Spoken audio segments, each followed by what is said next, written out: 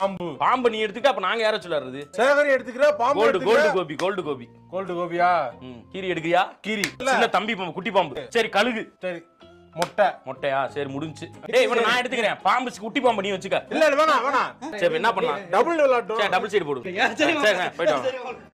டேய் அந்த ஹேக்கர் என்னடா பண்றான்?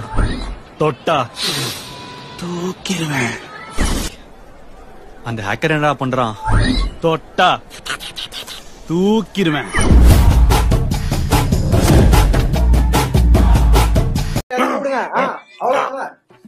இதுக்கு அங்க வைங்க. என்ன நீங்க எல்லாரும் நானே பார்க்கறதா இருக்கு.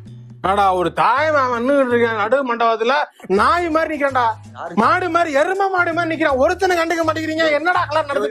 என்னை கண்டுக்கிறது இல்லையா? அவாய்ட் பண்றாங்களா? நானும் அதை பத்தி கவலைப்படுறது இல்லை.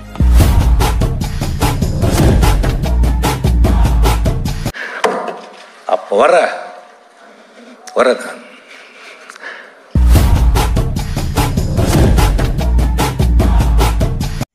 தானே தலைவனின் எஸ்டிஆர் மாநாடு. எல்லாரும் கொஞ்சம் வலிய விடு.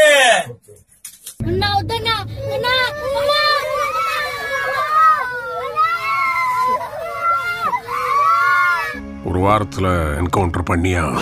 தேவையில்லை சார். ஒரு வாரம் ரொம்ப அதிகம். 3 நாள்ல டிபார்ட்மெண்ட்டுக்கு நல்ல பேர் வரும்.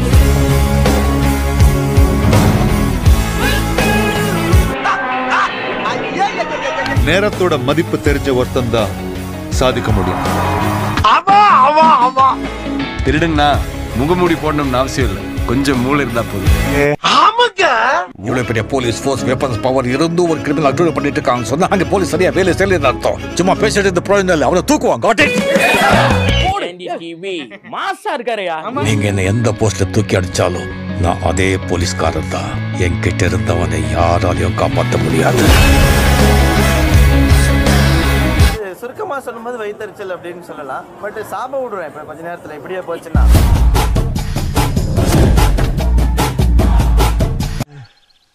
எப்படி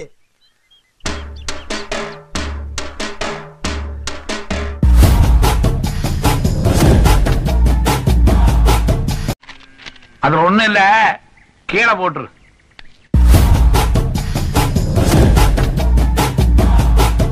எல்லாம் வயிறு எரியாதீங்கடா, இது ரொம்ப சின்ன விஷயம்டா. நான் ஸ்பெஷல் ஐட்டம் ஒன்று வச்சிருக்கேன்டா. போங்கடா, கடுப்பேத்தாங்கடா, போங்கடா. மறக்காம சர்ப்ரைஸ் பண்ணுங்க. தேங்க்யூ.